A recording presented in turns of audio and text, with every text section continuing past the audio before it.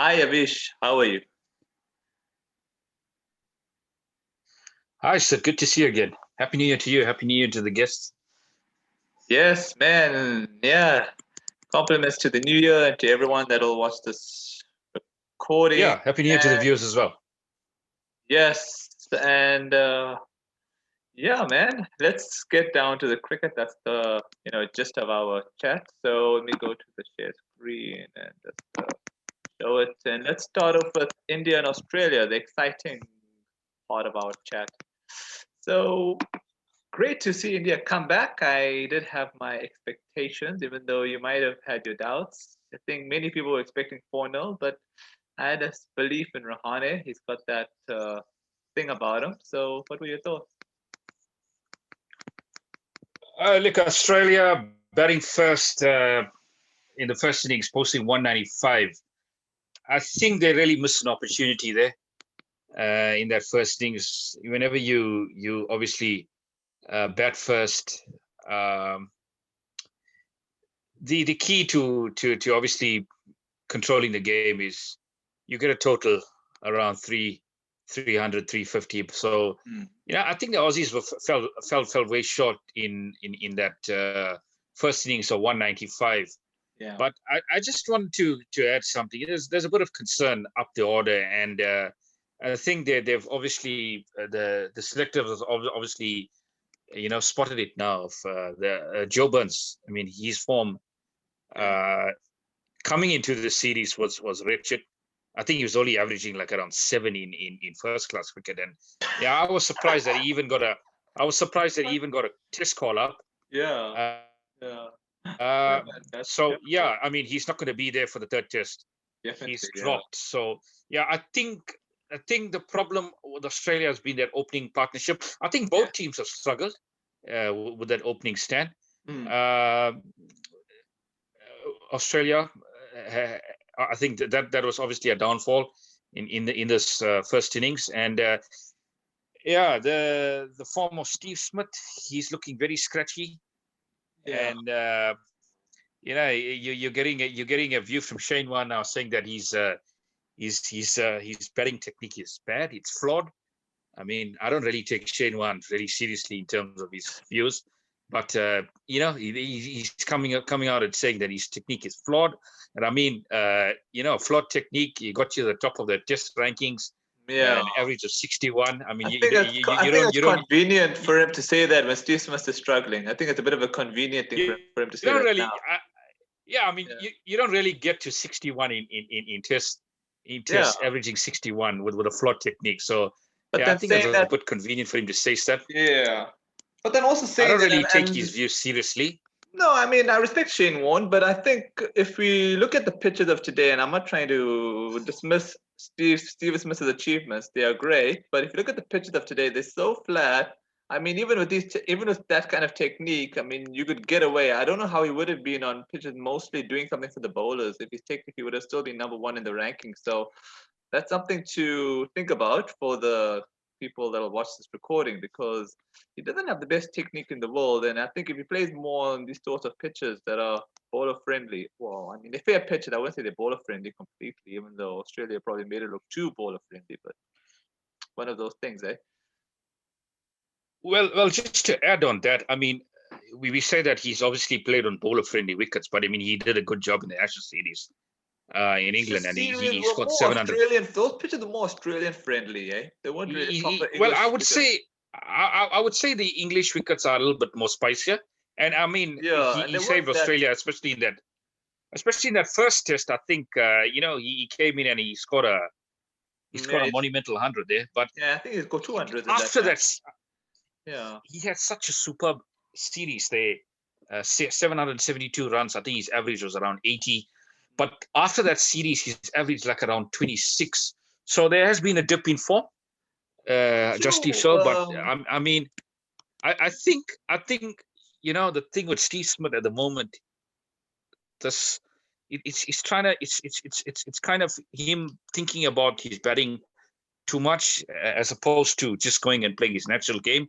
Because I think that's the only way he can get out of the slump is just go out and when he sees the ball, hit the ball. I mean, I think he's getting too too much into his shell, fearing trying to get out. So that's what's causing it. That's what's causing this issue. And obviously, if I look at this Australian batting lineup, to be honest, barring Steve Smith, and I know David Warner is not there as well. Yeah, you don't see any world-class players here at the moment. No, you don't see any players that are quite good. Labuschagne is quite good. You don't see any. Yeah, I mean, you got okay players, but you're talking about world-class players. Oh yeah. I get and it's a resounding no. You don't have any world-class players in this team.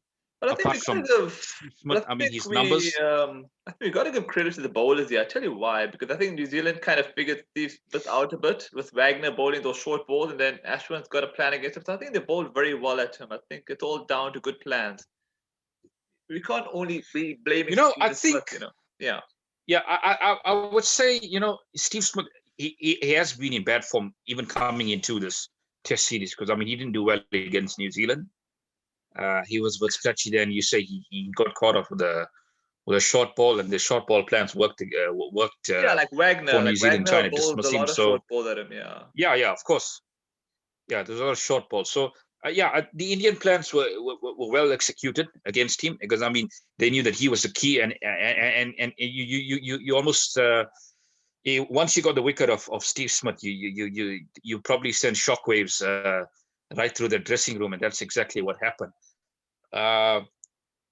Apart from that, there seems to be a good couple of players that are really places are in jeopardy here in this batting lineup. The likes of Burns. I mean, obviously Burns is gone, and from what I've seen, I think there's two new. Australia are probably going to go in with David Warner for the third test. That's a must. That's definitely going to happen. And then Will Pucovski. Now Will Pucovski, he has a great first-class record. I've seen his numbers in first-class cricket. Good numbers. Yeah. And there's a lot of there's obviously a group that's calling him the next big thing, but I would like to see him prove it first before I am part of the group. So first-class cricket and Test cricket is two different ball games. So we would like to see him prove it. Yeah. But in the case of David Warner, David Warner coming back into this team is really going to rejuvenate this batting lineup. But he's like 100% fit. That's a problem. But which cricketer isn't? Which cricketer is 100%? I mean, which cricketer is 100% these days? I mean, there's every chance that there's going to be some cricketer out there that's going to be playing with an eagle or something. And he probably not match fit, but I mean, when you talk about David Warner, you just look at the character, and you know what you're going to get. I mean, you're not going to see him scratching around. You're not going to see him trying to just survive.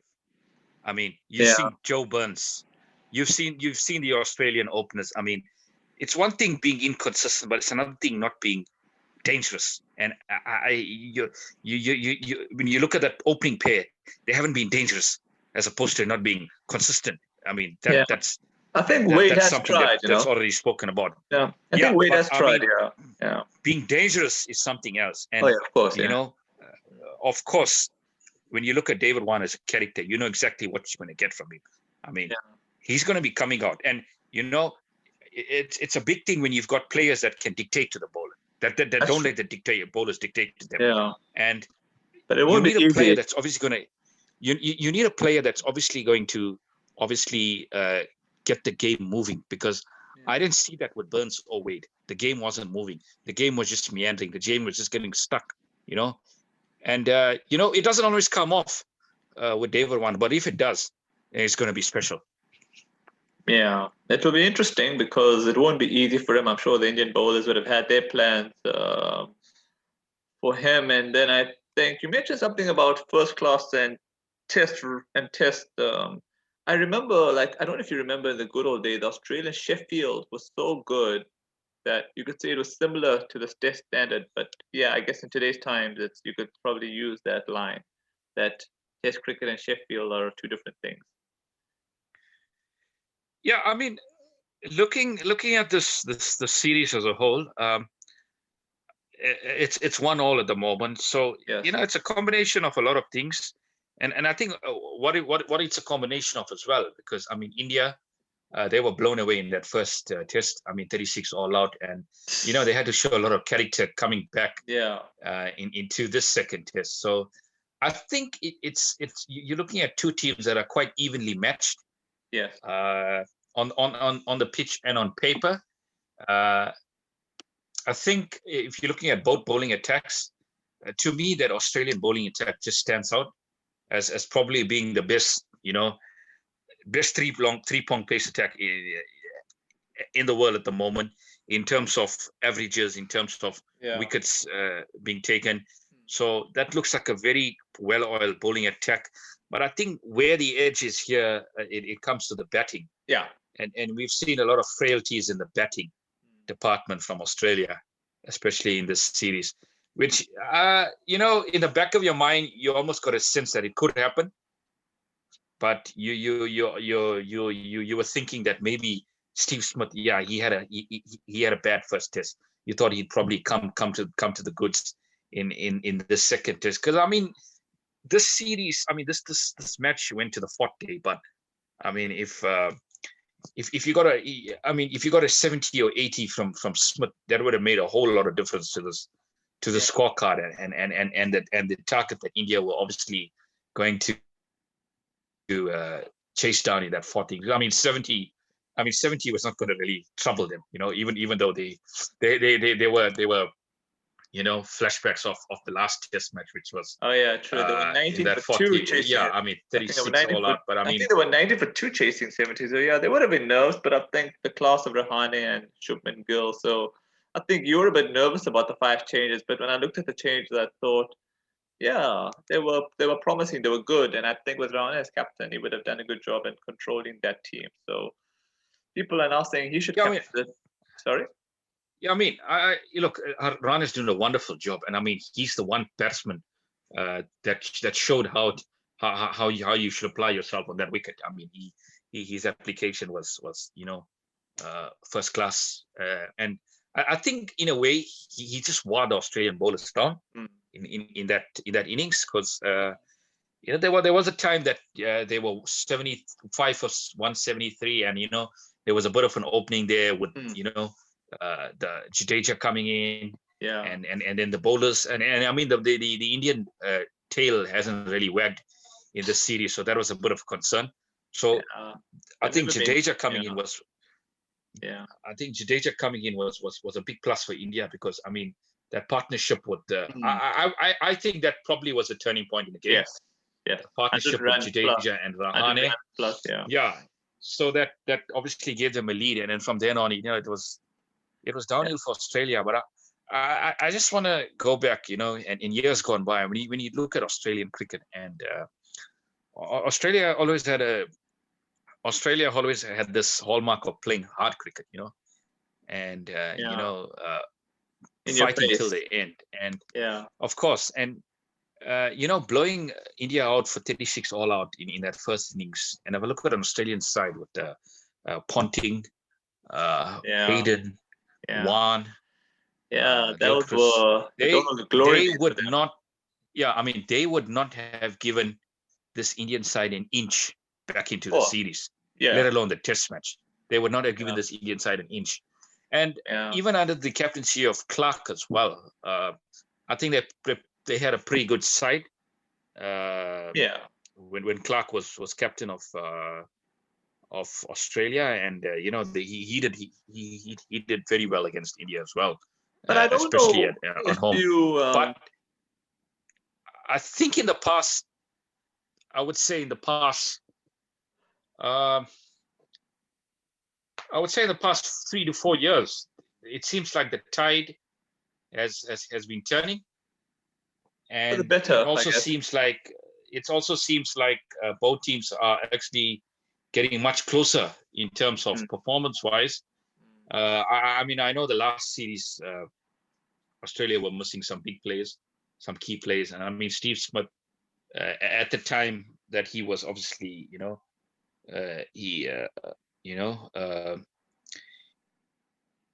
he missed a year of cricket for those reasons that we obviously have spoken about in the past. He was in good form. He was probably in the form of his career, and that was obviously quite unfortunate for that to happen. And I mean, David Warner as well, or big players for Australia. But I would think in the past couple of years, there've probably been an over-reliance on those two players, as opposed to a lot of other players actually, pushing their weight and scoring runs as well. Yeah, but I think what was I gonna say to you? I think if you look at that second test match, because the pitch was you could say slightly bowler friendlier than before in the past gone by, I think it gave India the opportunity of having a chance to come back into the series, because had that pitch been more towards batsman friendly, I'm not saying 100% batsman friendly like it used to be, but like tad more batsman friendly, Australia might have made a decent enough score at maybe 350, 400. And I think, with, as you say, the bowling and lineup being so good, it would have been interesting to have seen how that match would have gone. So I think the fact that that pitch had 11 millimeters of grass, which is more than usual, it kind of helped India out a little bit. But then it's good, I guess, because normally in Melbourne it's been so dead. You needed something to spice up that ground. And then let's get down to our thoughts for Sydney. I mean, absolutely. I mean, just to add on what you said, I mean, I rate this Australian attack so highly because, I mean, even if they made 300, those bowlers would have really dug in deep and put so much of pressure on that Indian batting lineup. But I mean, making 195, you fell way short. I mean, I think they were 120, 130 runs short of a decent total on that wicket. And the problem with Australia, they didn't really apply themselves. They didn't really apply themselves in that first innings, and that's where the game was lost to me. That I mean, we can talk about it stretching to 4 days, but I think the game was lost in that first innings, and obviously that second innings when India batted, 5 for 173, and then Jadeja walks to the wicket with Rahane, and they have that massive partnership of 120 odd, and that just swings the momentum away from Australia.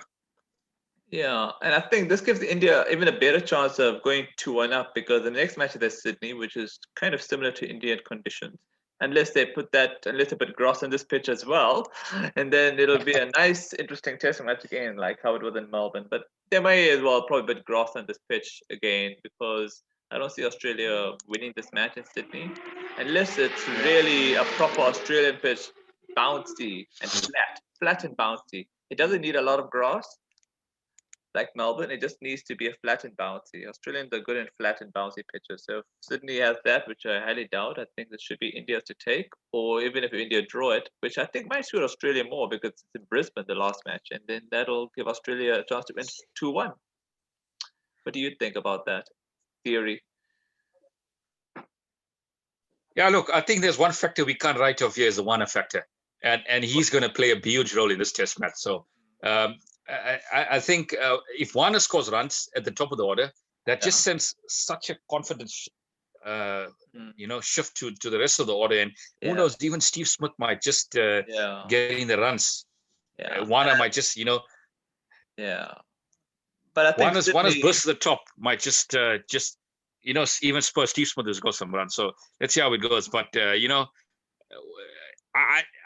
when I see Warner, I mean, when I look at Warner as a character, I mean, he's not a player that's just going to be coming and scratching around. He's going to go there and he's going to try and dictate to the bowlers. He's going to try and dominate. But I've seen him vulnerable. Like, remember that Ashes where Steve Broad had his number? I think if the Indians do their homework on how he was going out to that Broad fellow, it'll be kind of fun to see if he does well. Because I think Bumrah might be able to get him out quite a bit, but we'll have to see now in the test match, and then I think. And also, we'll have to see. We'll have to see. I mean, he's such a player. I mean, he's a player that can change a game in a session. So I mean, you don't really need Warner to bat 40, 50 overs. You just need him to score a substantial total. I mean, at the opening burst, I mean, if he can score 60 or 70 opening, I mean, that goes a long way to, settling the rest of the batting lineup, which Yeah. I think weren't really settled because you weren't getting those starts from Burns. I mean, Burns was just scratching around. I mean, he doesn't even know. I mean, a guy like Burns, you really don't know where your next run is going to come from. I mean, he gets into his shell and he lets the bowlers bowl to him. You're not going to see that from David Warner. You're going to see David Warner take the game. You're going to see David Warner move the game forward. So, yeah, I expect a great test match in Sydney. Can't wait. And also Sydney, because it's mostly similar to Indian conditions.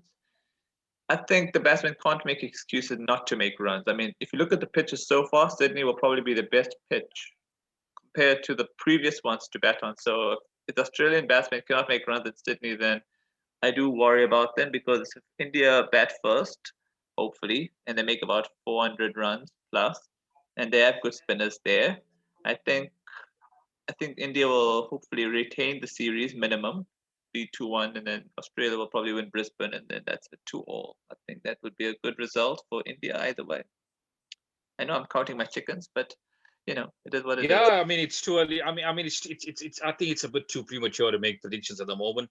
It's as I say, it's two evenly matched teams at the moment. Yeah. But I agree with you. Sydney is probably the flattest of all those pitches. So it's a venue that you probably find run scoring a little bit more easier than say the Gabba in Brisbane, which obviously has a lot of bounce and pace. And Australian conditions, yeah. Of like an Australian wicket. Yeah. So I think even if you in not the best of form, that's probably a wicket that you would try and get back your form.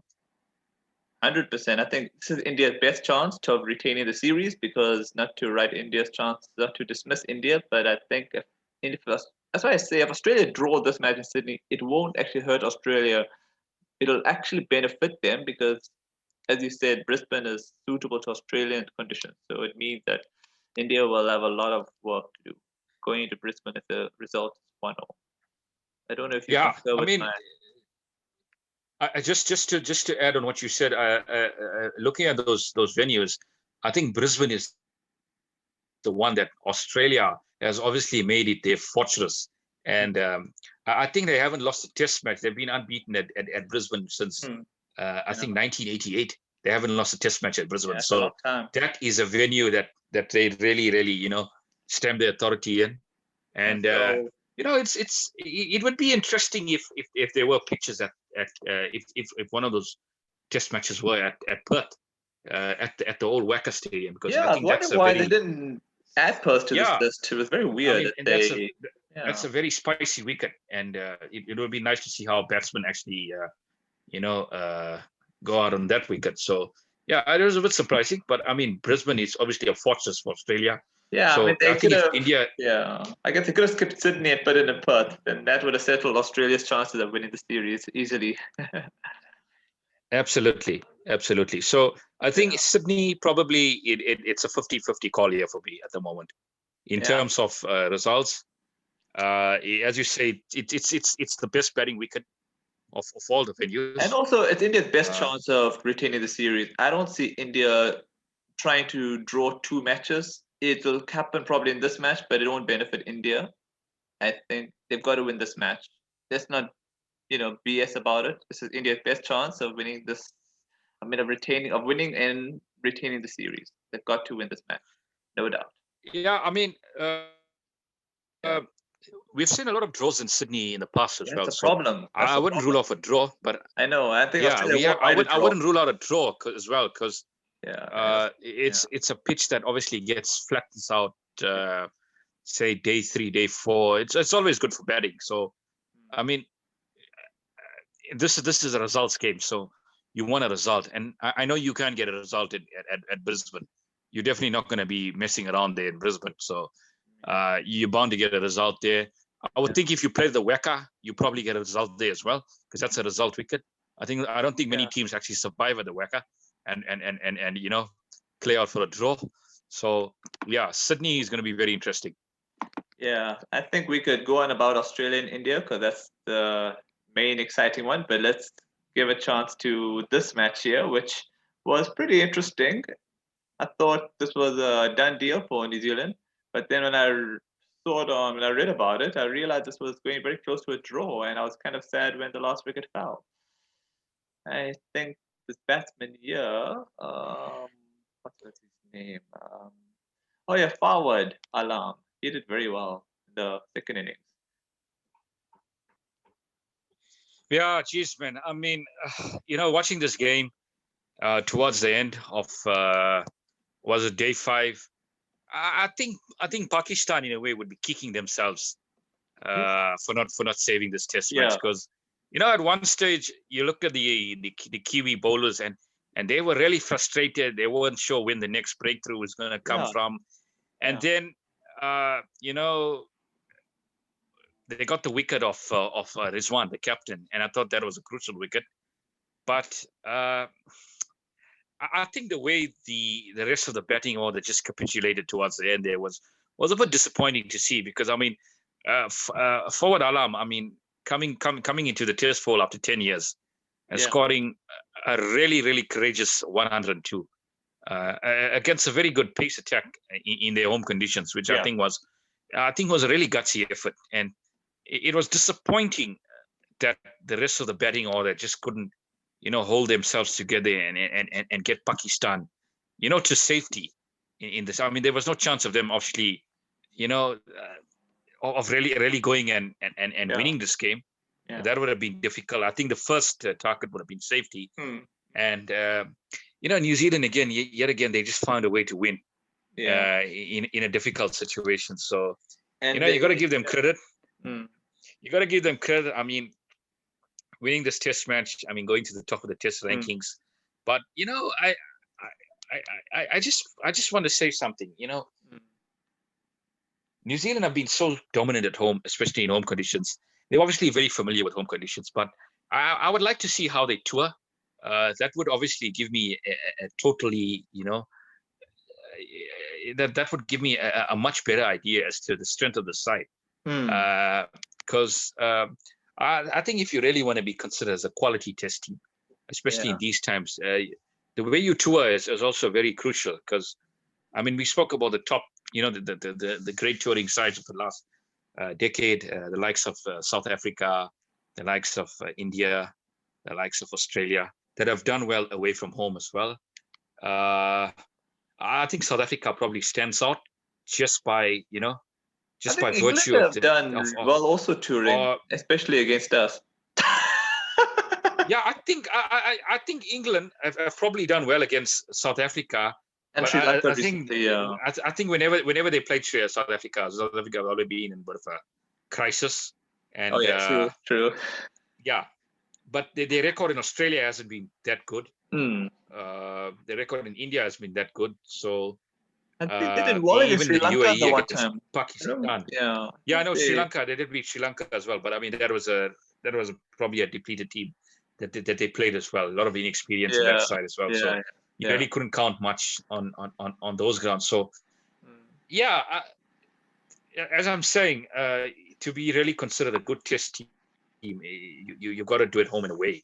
So they've done well at home at the moment. You give them the credit, but I'd like to see how they fare on their travels. Yeah, to be honest, this whole ranking system really puzzles me, because if Australia was still fine, they lost to India recently, but before that, I mean, if they were number 1, it was I could suck it up because they were number 2 before the rankings changed. With all that whole calculation, I just think it's a whole lot of nonsense, to put it very politely. This whole ranking system. Imagine a team. Okay, fine. With due respect to New Zealand, I mean, if they're making the finals over Australia and India, I mean, even if one of the two, it should rather just be Australia and India the finals, or you have Australia, maybe England, or India, England, or something. Because it doesn't feel right, feels weird. Yeah, look, I mean, they've obviously had an advantage because they've played all their tests at home for a while now. They haven't really toured much.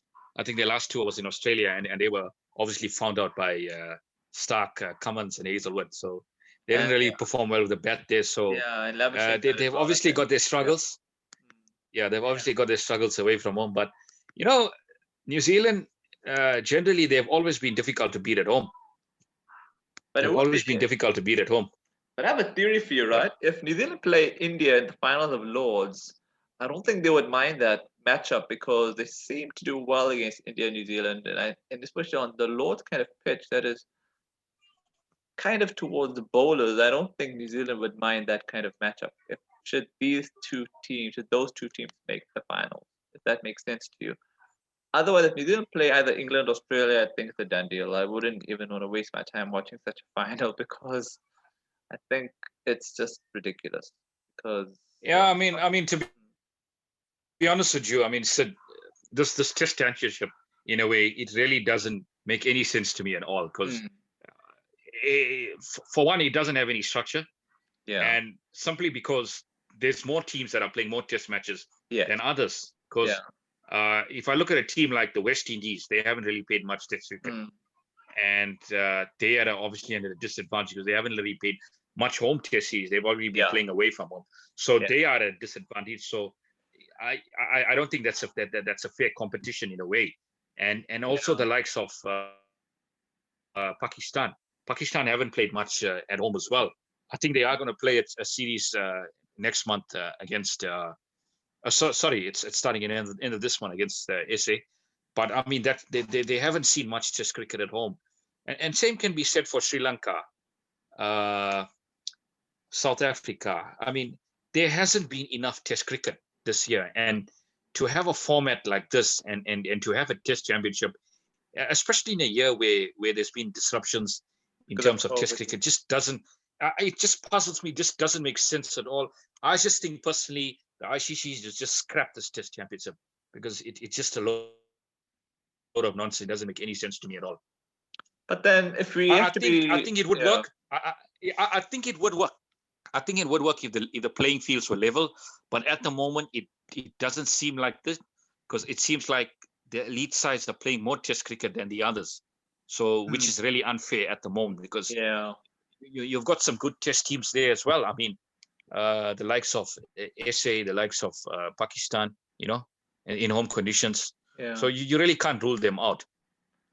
Yeah. But I think that's why the point structure is like that, because I think they calculated for, is it for like 120 points for a whole series? So I think if it's like 2 matches, it's 60 points. If it's like 3 matches, it's 40 points. So I think that's why they did it like that for the point structure. So that but I mean, the point I am trying to bring to you here, and the point I'm trying to bring to the viewers is a team like Bangladesh, they haven't played a single Test match. They haven't played a single Test match in this whole calendar year. I mean, so how can you say that this system this competition in a way, I mean, whatever you want to call it, is actually on level ground. I mean, Australia would probably, by the time Bangladesh play their next Test match, Australia would have played. They would have played 4 Test matches against India. Yeah, and I know they played quite a bit of Test match last season, so they would have probably played about 8 or 9 Test matches more than Bangladesh, which I think is a little bit unfair in a way. So the level of the playing field is not there at the moment. So I just think personally this should be scrapped up, and when Test match cricket really does resume, to its full capacity, then you can have this sort of point system going, and you can have that Test championship table up and running again. But unfortunately, it all comes down to the bottom dollar, right? In terms of which teams bring in the most money, which is a sad fact. And also, if we have to be realistically honest to ourselves and brutal, I think the team that will make the finals will be the ones deserving in terms of form. So as much as you don't like seeing New Zealand being possibly one of the favorites to make the finals, it's probably, but at least it'll probably be a once-off event where you'll ever see New Zealand make the finals once we have another Test championship. And then on a final note on this, discussion on that. I mean, I understand what you say. I understand what you're saying, but I mean, look at the caliber of opposition that New Zealand are playing at the moment. I mean, the likes of West Indies at home in home conditions. They're probably expected to be the West Indies. And then Pakistan comes in. Pakistan obviously gives them a fight, but I mean, in home conditions as well. Yeah. expected to beat Pakistan. But they beat India as well, so we can't really dismiss some of the opposition okay. that beats. Yeah. All right, they beat India as well at home, so I mean, home conditions, favorable conditions, That's true. and a good seam attack, so they are expected to do well at home. Yeah. No matter what the opposition. Let's pray we at least have an India-England final at Lord's. I think that will be delicious. I will be excited for that. And either it's India-Australia final at Lord's, even though there'll be too much of them, but that's fine. I'd rather watch India-Australia, India or England, or Australia-England than watch a match with New Zealand in the finals. I don't want to dismiss New Zealand. I'm not disputing that. I'm not disputing it, but I just feel there are some quality sides out there that are going to miss out. Reason being is because of the lack of cricket that's been played. So I think for the next Test Championship, that'll happen. I'm sure we'll have a different two sides in the final, because once the next Test Championship comes after the final for this current one, I think everything will become clearer. I mean, so let's hope. Definitely, it can't be any worse than this. I think we can only go up from here. So on a final note, let's talk about our beloved South Africa against Sri Lanka, which I'm sure you'll be happy we got a win, even if it was against probably the weakest Sri Lankan team in the history of. Sorry, I shouldn't say that out loud to the viewers, but it was so bad. So many injuries. I've never seen a visiting side get so many injuries. If we didn't beat the Sri Lankan side, I think we should have just buggered off from cricket. Seriously, if we couldn't beat Sri Lanka with so many injuries, it was so bad. I felt sorry for the Sri Lankan coach, Mickey Arthur. And if you look at how well Sri Lanka performed, I was expecting them to probably make a charge for this match, but I think the injuries let them down to make a real scrap of this game. I think I think this was the case of the Proteas being too strong for the Sri Lankan side. I mean, in all departments, outplayed. I know in the first innings, Sri Lanka they made 396, so SA wouldn't have been very happy with the way they bowled. Yeah, I think there were too many boundary balls. They bowled too short, too wide. But I mean, the way they came back with a bat was phenomenal. I mean, you saw so many scores, so many batsmen get in, but I think the one standout was Faf. 199. That was an epic.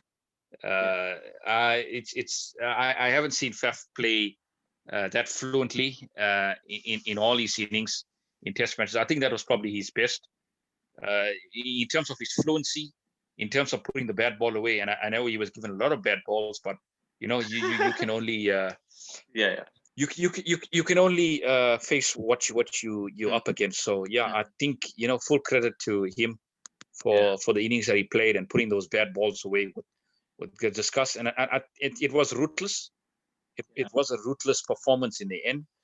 If you looked at day one, you wouldn't have thought it would have been this easy. But I mean, the Proteas really, in that second innings as well, they were really ruthless with the ball. They were ruthless with the ball, and it was a comfortable. It was a complete performance from them with bat and ball. Yeah, really ruthless against a depleted Sri Lankan side. I think the Sri Lankans probably were not matched for. To be honest with you, a lot of those players. I mean, there's so many players in that match that actually broke down. It was so. It got to a stage where, the coach Mickey Arthur and he was. If you looked at his facial expression, and he was looking so desperate and as to what was happening, and I can't remember a Test match where so many players were injured. I know it's the I can't remember a Test match that so many players were injured in a single match. It's just beyond belief. So I mean, all to do for them in that second Test. Somehow they just got to get a side that's actually going to compete, but they're playing an SA side at the Wanderers Stadium, one of their happy hunting grounds. And very spicy. This is all like you can say like a wrapped up Christmas gift for South Africa. If they don't win this 2-0, then they must just be given very spicy pitch of the Wanderers. So I don't think it'll be as spicy as the controversial one they had against India, but it will definitely suit us more. And I think if we don't win this match, we should be given 1,000 spankings. It's really like a wrapped up Christmas gift. Seriously, it's like a Christmas gift. We couldn't have had this even easier in the sense that, Yeah, I mean, well, we have a ground that suits our conditions. We have a team that's hardly fit. So it's just all there for us to take. 2-0, nothing less. Anything less, we need spanking. Because I don't think it's good enough to win 1-0, especially against this team. look, I mean, Proteas are overwhelming favorites for this Yeah. test match. So, Yeah. I mean, you can only hope that Sri Lanka get a side out on the park that can actually compete. You know, so let's see what happens. But yeah, Proteas overwhelming favorites for this to take this series 2-0. I think it'd be a rich betting man if you had Sri Lanka, if Sri Lanka won this match. But let's not fool the viewer. Yeah, and you know, this is the point I was trying to make to you earlier on. If you look at a side like SA, they're a side that they're a momentum team. So the more cricket they play, the better they're gonna get. So that's true. Yeah. You know, the amount of Test cricket that they played over the year has been few and far between. It's been so miserly compared to the likes of India. Australia, obviously England, going to play 4 Test matches. And I think India playing 5 Test matches against England at home is absolutely out. Yeah, it's absolutely outrageous. I mean, really.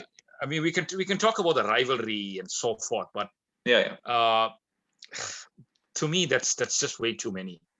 That is just way too many. I think it comes to the bottom dollar. I think with those kinds of series, because they're both money generating kind of series, hence you're gonna up that. I would have expected maybe India Australia could have been playing 5. That would have been exciting. I think there was a stage where we would have probably played 5 against teams like India. I think we played 5 against England one time, South Africa, isn't it? I don't think we've ever done 5 against Australia. Absolutely, for a while, and then obviously there seemed to be a coming of 4 Test series. But I mean, you say that India and England obviously are going to draw attention. But wouldn't a series like Australia and SA and Australia also draw attention? In terms of viewership, because I think if I look at the past 10 years, I would think South Africa have probably beaten Australia in Test matches more times than any other Test playing nation. So. The Proteas obviously have a very good record against Australia. I mean, the Australians of the 2010s, they've been dominant over them. So I would think Australia, you know, if there's one team that obviously gets under their skin, it's probably the Proteas. And I think before we wrap up the show, let's do some quick predictions. So.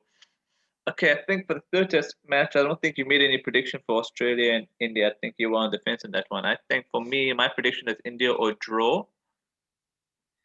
Okay, and then I think for New Zealand Pakistan, I expect a 2-0 win for New Zealand or 1-0. And then this last one is obviously a done deal 2-0 for Sri Lanka. What about you? You concur with me on that one? Yeah, I mean, SA and Sri Lanka, that to me, that's a done deal. That's 2-0 to SA. New Zealand and Pakistan. Pakistan would be, you know, they'd be heartbroken for not saving their Test match. So they'll be very low on confidence. New Zealand obviously high on confidence. So I expect them to win that 1-2-0. But I wouldn't rule out an upset there, to be honest with you. Yeah, I should have said. I know it's so unlikely at the moment, but Pakistan have shown that they can compete. Yeah, they're very unpredictable. Yeah, they've shown they can compete. They've shown that they can compete as well. So, yeah, you know, if I was a betting man, I'd probably go 2-0 to New Zealand because they've been so dominant at home. But it just says nothing. It takes nothing away from Pakistan's ability, and I wouldn't be surprised if they could cause an upset there, because that would probably be that would probably be one of the Test matches that you know that you could see an upset. True, you're right, and it'd be good for World Cricket. You could see an upset. Yeah, because they get a bit tiring. No, definitely. New Zealand winning at home all the time gets a bit tiring after a while. Definitely. No, but then what's your prediction for Australia, India? I know you're on the fence, but just squeeze something out. Or let's give 2 possibilities. At least give 2 possibilities for it, like I did. Look, it all depends on the wicket in Sydney. From years gone by, it's been a bit flat. Yeah, but India could have won First innings is gonna Sydney be last crucial. year, actually. Sorry to interrupt you, but India could have won Sydney last year if it wasn't for the rain. So I think if we're going to go based on last year, that's why I said this is India's best chance of, retaining the series. Because I don't see them retaining it in Brisbane. Yeah. I'm looking at Australia at the moment, and they'd be hurting for allowing India back into this series. And let's be honest, a lot of people are calling it an upset in that second test because the Indians upset the form card there in a way. So with David Warner coming back into this test match, I expect that Australian batting lineup to be much stronger. So I expect Australia to perform much better in this game. So I'm edging slightly in Australia's direction for this test match, just by the virtue of that David Warner is returning to this batting lineup. Yeah, and I don't think he could have chosen a better ground to return on, because had he returned to Melbourne on that pitch and India got him out early, I think it would have hurt you. I think it would have probably hurt his confidence, maybe, if he had come back. So I think it chose a better time to come back, Warner. But we'll wait and see. Absolutely, but I mean, he's such a versatile player that he can play on any wicket. And the one thing that you obviously you got to admire about him is the way he dictates to the bowlers. He's not going to be somebody that's going to scratch it on. He's going to be somebody that's going to entertain. So I think that's what's been lacking in these test matches, that there hasn't been one batsman that's actually gone out and taken the game, to the opposition. I mean, really taken the game to the opposition. But I kind of dispute with you on versatile, because I remember on English soil, he got exposed by Steve Broad very badly.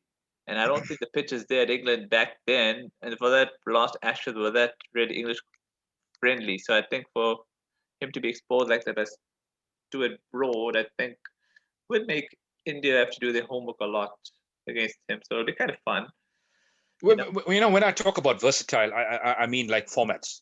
I mean, he's a player that can play all formats. Okay. So I mean, coming into the test arena is not gonna disrupt David Warner, because he's such a versatile player. I mean, he can play any format. So I expect him to get the ball rolling there. True. Okay. On that note, it should be exciting to catch up the games tomorrow, and as usual, catch it up on catch up. And it's been great having your time. Cheers, sir. Thanks for having me. Sure, man. Okay.